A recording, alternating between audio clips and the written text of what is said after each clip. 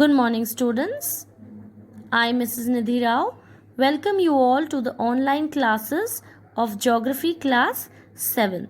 First of all, I hope you all are fine and keeping yourselves safe, healthy, and sanitized. Well, now, as you can see, this is your NCERT book of Geography Class 7th, and the very first chapter is Environment. I know you people are not having books right now, but it is okay. We understand the situation, and so we have to manage with the things available with us right now. We teachers are trying to give you all full online support, so please try and manage with these things. Now we begin with chapter 1, Environment. Now the first question is, what do you mean by environment? I hope this is not a new word for you. So you all know all our surroundings are said to be the environment. Environment is our basic life support system. It provides the air we breathe, the water we drink, the food we eat, and the land where we live. The term environment is derived from a French word environneur, which means neighborhood. So all the things which are around you are said to be your environment. The place, people, things and nature that surround any living organism is called environment. Actually, it is a combination of natural and man-made phenomena. Now let us learn about the various components of the environment, and this you can understand better with this diagram. Can you see the diagram? Components of environment. There are three components: natural, human and human made. In the natural component comprises of the air, water, land and the living things, that is the biosphere. Human made things comprise of parks, bridges, roads, monuments, industries, buildings. All these things are made by human. They also form our environment.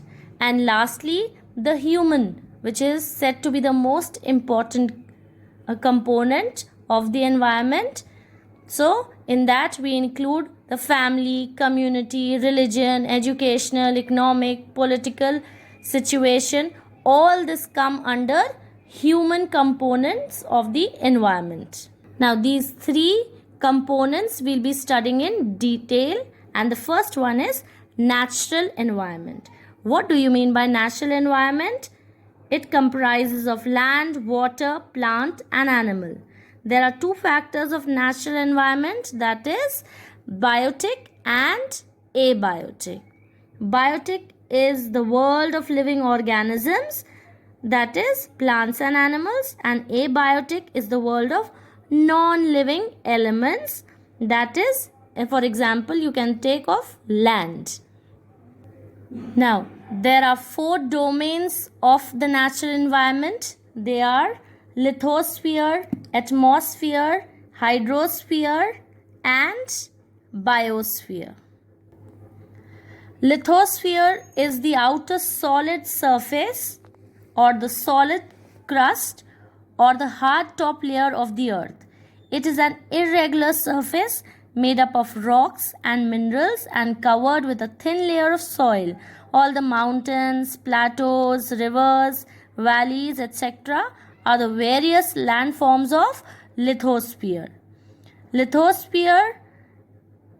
Landforms of lithosphere are found over the continents and on the ocean floor also. The lithosphere is the domain that provides forest, grassland, etc. It is also a source of mineral wealth. Now, what do you mean by hydrosphere? It is a domain of water that comprises various sources of water like water bodies, rivers, lakes, seas, ocean. This domain is essential for all living organisms as we all cannot survive without water. Then, what do you mean by atmosphere?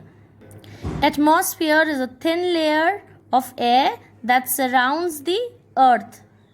The gravitational force of the earth holds the atmosphere around it, and it also protects us from the harmful rays of the sun. And it has many types of gases.